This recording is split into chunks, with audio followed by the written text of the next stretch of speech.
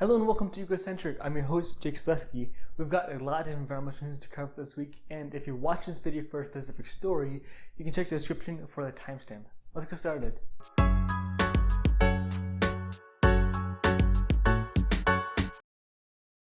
First, we have a story from Scotland. Scottish Power, a fossil fuel giant turned alternative energy pioneer, is calling for tougher emissions regulations across the UK. Scottish Power is one of increasingly many companies that, recognizing new trends in the energy markets and the climate, have begun to invest their efforts in more sustainable sources of power. Despite reassuring growth in alternative energy and environmental regulations, carbon emissions have continued to increase at an alarming rate. Scottish Power executives believe that their success in shifting to energy sources like wind should serve as a lesson to companies like BP that are more reluctant to change. They also demand tougher regulations from the British government, which they believe will provide a necessary incentive for more companies to invest in clean energy projects. The left-leaning majority in Parliament will likely be receptive to their demands. Next is a story about the Arctic, which comes up a lot because it's a critical area. Climate change is opening up the harsh frontier around the Arctic to development and urbanization. Climate change spells immediate disaster for many equatorial nations, but colder countries are taking advantage of their changing environments. Russia has particularly benefited from climate change, seeing massive stretches of the Arctic becoming accessible for oil drilling, fishing, and commerce. Siberia has also grown less hostile, opening the door for new projects and the expansion of small towns. Russia may be making the best of this situation, but climate change is not immediately favorable for any of Earth's ecosystems in the long run. Biodiversity in and around the Arctic will greatly decrease as established populations fail to acclimatize to new conditions, and protected ecosystems like Lake Baikal and the taiga face collapse if climate change continues at its present rate. Melting ice may also expose Russia, and Scandinavia in particular, to radioactive particles that have accumulated over the past several decades. The benefits of climate change are very real for colder regions at the moment, but they are ultimately limited and destined to give way to far greater problems. Climate change is an international security and health emergency, and that's because climate change is worsening health problems and epidemics worldwide. Rising global temperatures and unpredictable patterns of precipitation are driving epidemics forward. Scientists have concluded that incidents like the most recent Zika outbreak and the presence of West Nile virus in the United States were catalyzed by climate change, but the effects of climate change on human health are not limited to virulent infections, nor are they contained within the tropics and subtropics. Carbon emissions, especially when combined with higher temperatures, tend to induce or worsen mental health problems, namely chronic anxiety and mood swings. Respiratory problems like asthma have also been linked to carbon emissions and other pollution. The governments are more quick to declare climate change an emergency than ever before, but few have given it its due attention as a public health crisis in the making. The World Health Organization has brought this issue to the forefront of scientific and medical discussion by declaring climate change a health emergency, citing its potential to drive forward epidemics, increase the ranges of deadly pathogens, and exacerbate existing health conditions. Now it's time for our favorite guy, Andrew Wheeler.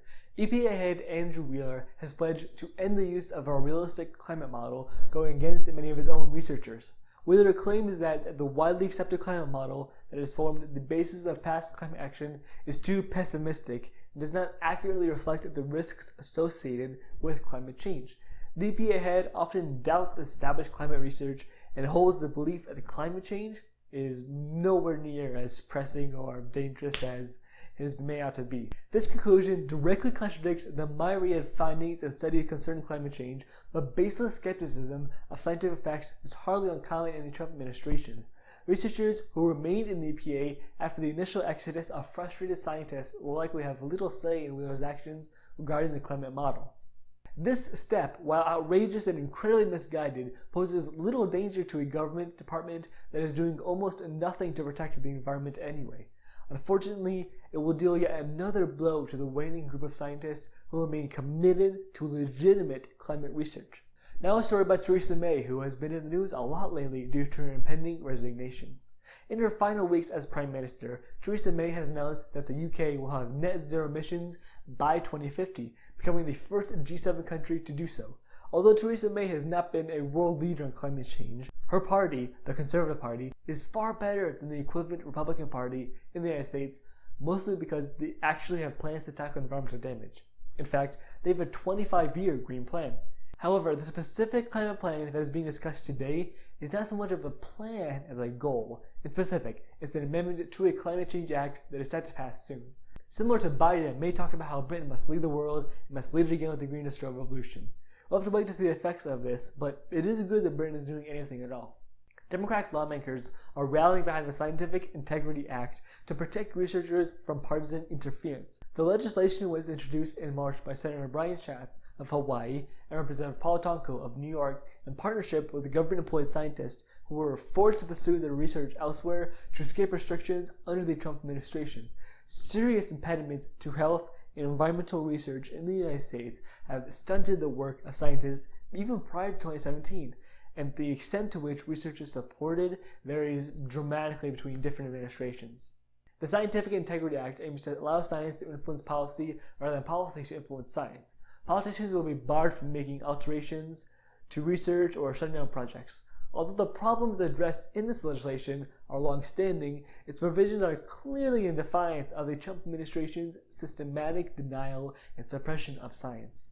Lastly, in a new poll by YouGov, Britons rated the environment as the third most important issue facing the country.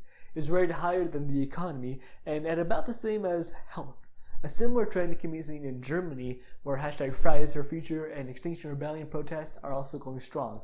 The fourth largest grouping in MEPs in the EU is Greens, which increased 40% in the last election. All this points to the desire for far more climate action in Europe than is currently happening. Actually, one more story. Ocean biomass will decrease by 17% by the end of this century. Habitable ranges for most marine species are expected to shrink dramatically as climate change worsens.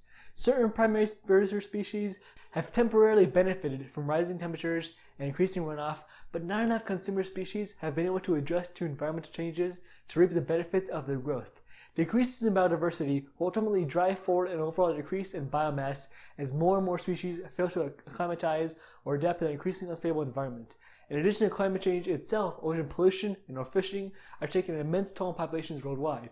Broad intermediate reform on a global scale is needed to avert this crisis, but scientists fear that an irreversible domino effect of ecological collapse is already in motion. That's all for today. Thanks for watching. If you like this video, please like and subscribe. It really helps us out. You can also follow us on Instagram and Twitter at Ecocentric. We post daily about environmental news and education. Well, that's all for me. And Theresa May, save the world. See you next week.